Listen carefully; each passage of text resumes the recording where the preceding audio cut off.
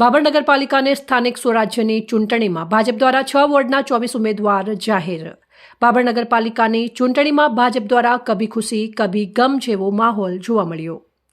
બાબર નગરપાલિકાની આવનારી સ્થાનિક સ્વરાજ્યની ચૂંટણીને લઈને શહેરમાં રાજકીય ગરમાવો જોવા મળી રહ્યો છે. ત્યારે આજરોજ પ્રદેશ અધ્યક્ષ જગદીશ વિશ્વકર્માજીના અધ્યક્ષસ્થાને ભારતીય જનતા પાર્ટી દ્વારા બાબર નગરપાલિકાના 6 વોર્ડમાંથી કુલ 24 ઉમેદવારોના નામ જાહેર કરવામાં આવ્યા હતા. ત્યારે ઉમેદવારો જાહેર થતાં ભાજપના કાર્યકરોમાં એક તરફ ખુશીનો માહોલ જોવા મળ્યો તો બીજી તરફ કેટલાક કાર્યકરોમાં ટિકિટ ન મળતા થોડી નિરાશા પણ જોવા મળી હતી. તેમ છતાં પક્ષના આગેવાનો દ્વારા સૌને સંગઠન સાથે રહી ભાજપને જીતાડવા માટે એકજૂથ થઈ કાર્ય કરવાની અપીલ કરવામાં આવી હતી. તેમજ આ અવસરે બાબર શહેરના વાવ રોડ પર ભાજપ કાર્યાલયનું વિધિવત ઉદ્ઘાટન કરવામાં આવ્યું. ગુજરાત સરકાર દ્વારા રાજ્યમંત્રી સ્વરૂપજી ઠાકોર ખાસ ઉપસ્થિત રહી કાર્યાલયના પ્રવેશદ્વારે રિબિન કાપી કાર્યાલયનું ઉદ્ઘાટન કર્યું હતું. આ પ્રસંગે સ્થાનિક ભાજપ આગેવાનો, કાર્યકરો તેમજ મોટી સંખ્યામાં સમર્થકો હાજર રહ્યા હતા. કાર્યાલયના પ્રારંભ સાથે જ ભાજપના કાર્યકરોમાં નવી ઉર્જા અને ઉત્સાહ જોવા મળ્યો હતો. મંત્રી સ્વરૂપજી ઠાકોરે પોતાના સંબોધનમાં જણાવ્યું હતું કે ભાજપ સરકાર વિકાસના માર્ગ પર સતત આગળ વધી રહી છે અને બાબર શહેરના વિકાસ માટે પણ પક્ષ પ્રતિબદ્ધ છે. આવનારી નગરપાલિકાની ચૂંટણીમાં ભાજપના ઉમેદવારોને બહુમતીથી જીતાડવા માટે કાર્યકરોને જનસંપર્ક વધારવા અનુરોધ કર્યો હતો અને 24 ઉમેદવારોને અભિનંદન સાથે શુભેચ્છાઓ પાઠવી હતી. ઉદ્ઘાટન પ્રસંગે કાર્યકરો દ્વારા ભારત માતા કી જય અને ભાજપ જિંદાબાદના નારા લગાવવામાં આવ્યા હતા. નવા કાર્યાલયથી હવે ચૂંટણી કામગીરીને વધુ ગતિ મળશે અને વિવિધ વોર્ડમાં ઉમેદવારો દ્વારા ડોર ટુ ડોર પ્રચાર તેમજ જનસંપર્ક અભિયાન શરૂ કરવામાં આવશે. સ્થાનિક રાજકીય પરિસ્થિતિને જોતા બાબર નગરપાલિકાની આ ચૂંટણી ખૂબ જ રસપ્રદ બનવાની શક્યતા વ્યક્ત કરવામાં આવી રહી છે.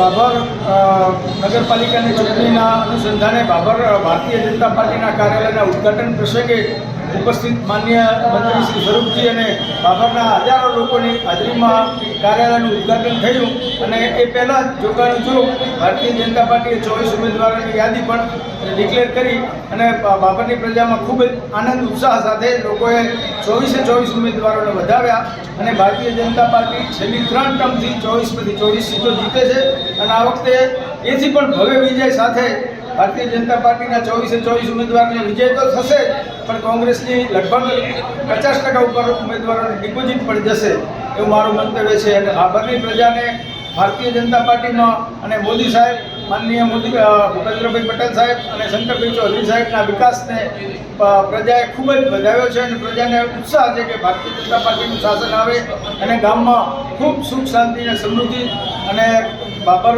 એક સ્વચ્છ અને સારું શહેર બને એના માટે પ્રજા ભારતીય જનતા પાર્ટીને જીતાડવા માટે તત્પર બની છે.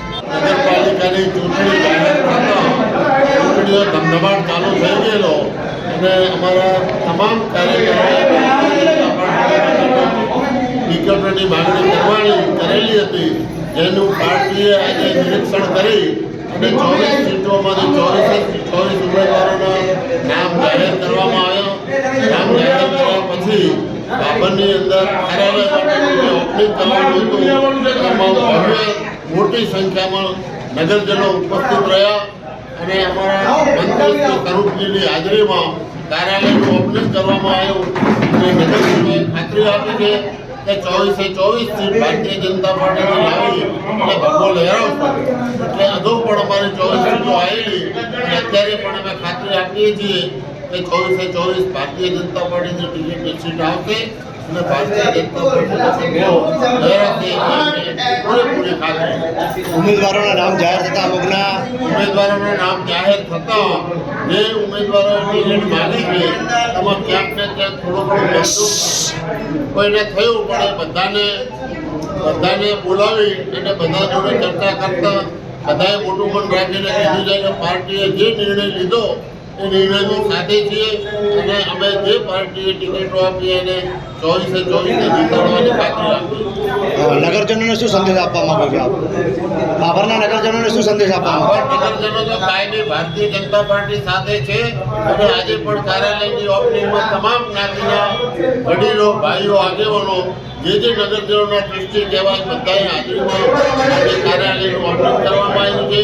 એના ઉપરથી જ આપણને ખાતરી થાય છે કે નગરજનો આપણી સાથે છે. અહેવાલ ગોપાલ પુજારા, સંબંધ ભારત ન્યૂઝ, બાબર વાવથરા.